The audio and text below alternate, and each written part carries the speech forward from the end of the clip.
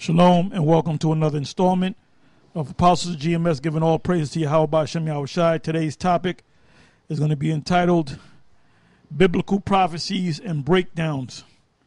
And the title pretty much says it all.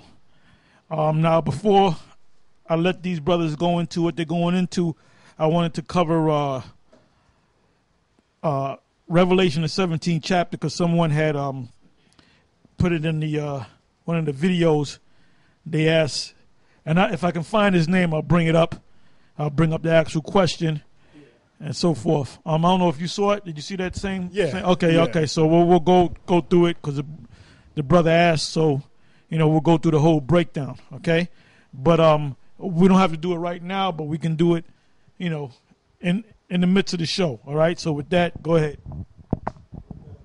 All right. So basically, that's, the time that we're living in now is all based upon prophecy, and not just any prophecy, biblical prophecies.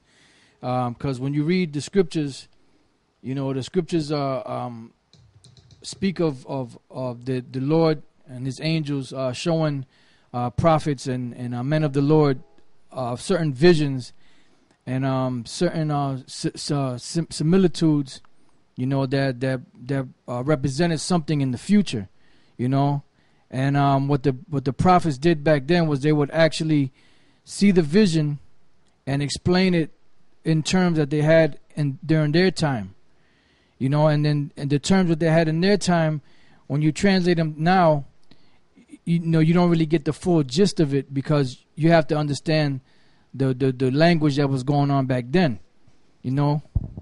That's how we know the mark of the beast is the chip. Because, see, the reason why knuckleheads like Nate and Johanna can't see it, number one, they sold out. And number two, if they didn't sell out, they never had it broken down to them at the main school. Now, they saying, talking this crap that I got it from Alex Jones. I was teaching about the mark of the beast long before Alex Jones came on the scene. So, come back with something else, all right? That's right.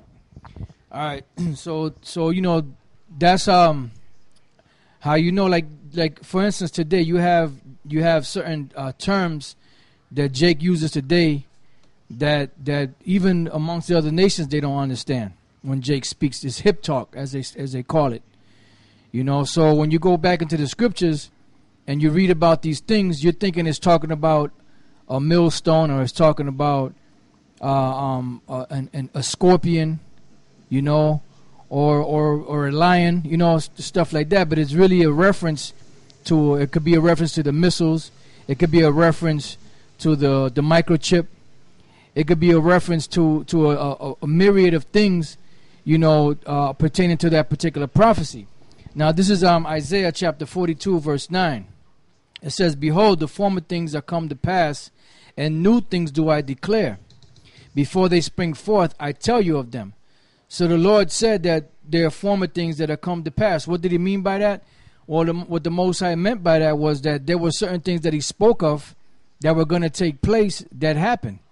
Like he spoke about the flood. He had Noah prophesying about the flood. And what happened? The flood eventually happened. You had prophets that, like Jeremiah prophesied about the Babylonians coming and destroying the temple and bringing Jerusalem under subjection under them for 70 years. And that actually took place. You had certain other prophecies that took place back then with different empires coming in succession one of another. And then those things came to pass. You had prophets that prophesied against false prophets, that prophesied against certain kings, that prophesied about the division of the nation of Israel into two kingdoms, with Rehoboam and Jeroboam, and those things actually happened. And now you have things that are prophesied in this time, or that was prophesied back then, that pertain to this time now. Such as, I'll give you one prophecy. This is the book of Isaiah chapter 9 and verse 5. It says, "For every battle of the warrior is with confused noise and garments rolled in blood."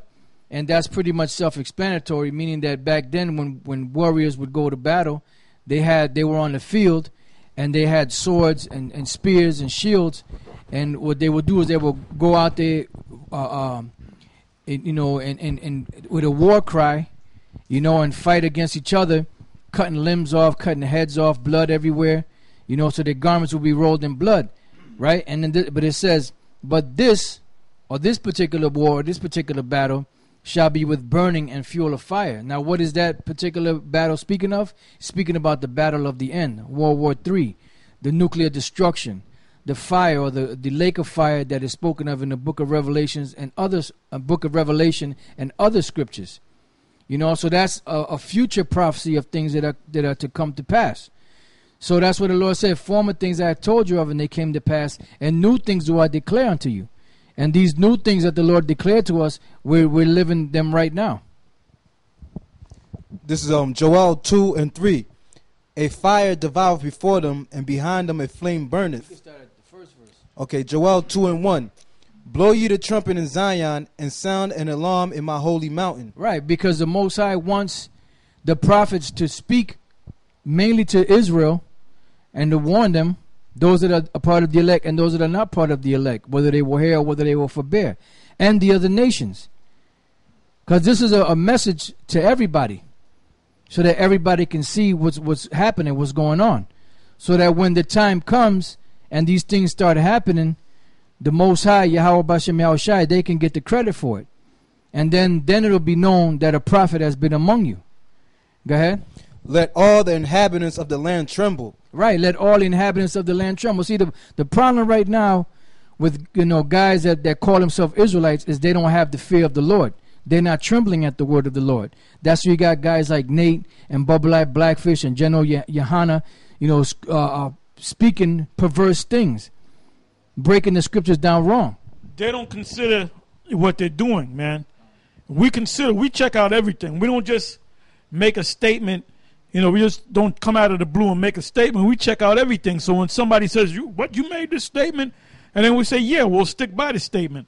Like I told that big overgrown asshole, Baloo, I made a statement. I said, dealing with the Amos 9, was it Amos 9 and 12, Acts 15. And I said, that's talking about lands. So it kind of messed him up, And I put it there for a stumbling block because I know he can't figure it out. So he's bugging out right now. He said, I'm getting worse and worse.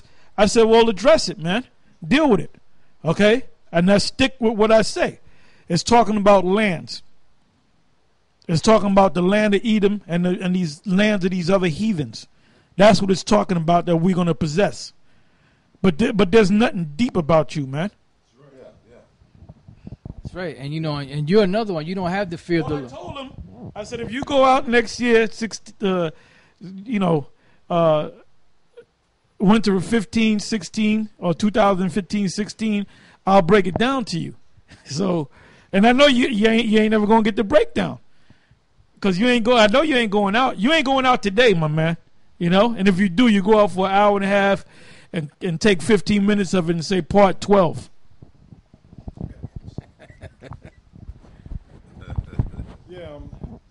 I don't understand why.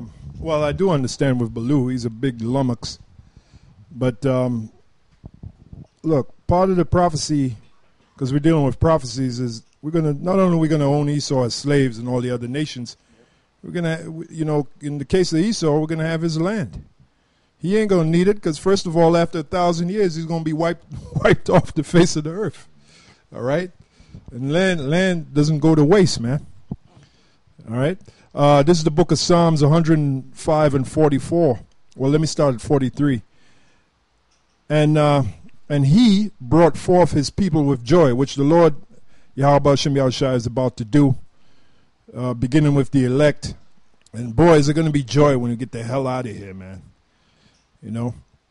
And his chosen with gladness. We're going to be joyful and we're going to be glad. And gave them the lands of the heathen. And they inherited the labor of the people. So the land of Esau is going to be given to us. As a matter of fact, when you read Daniel 7 and 18, it says the saints of the Most High shall take the kingdom. Part of the kingdom is having their lands. That's right. having their possessions. Yep. Okay? So there's a scripture, and gave them the lands of the heathen. That's right. And they inherited the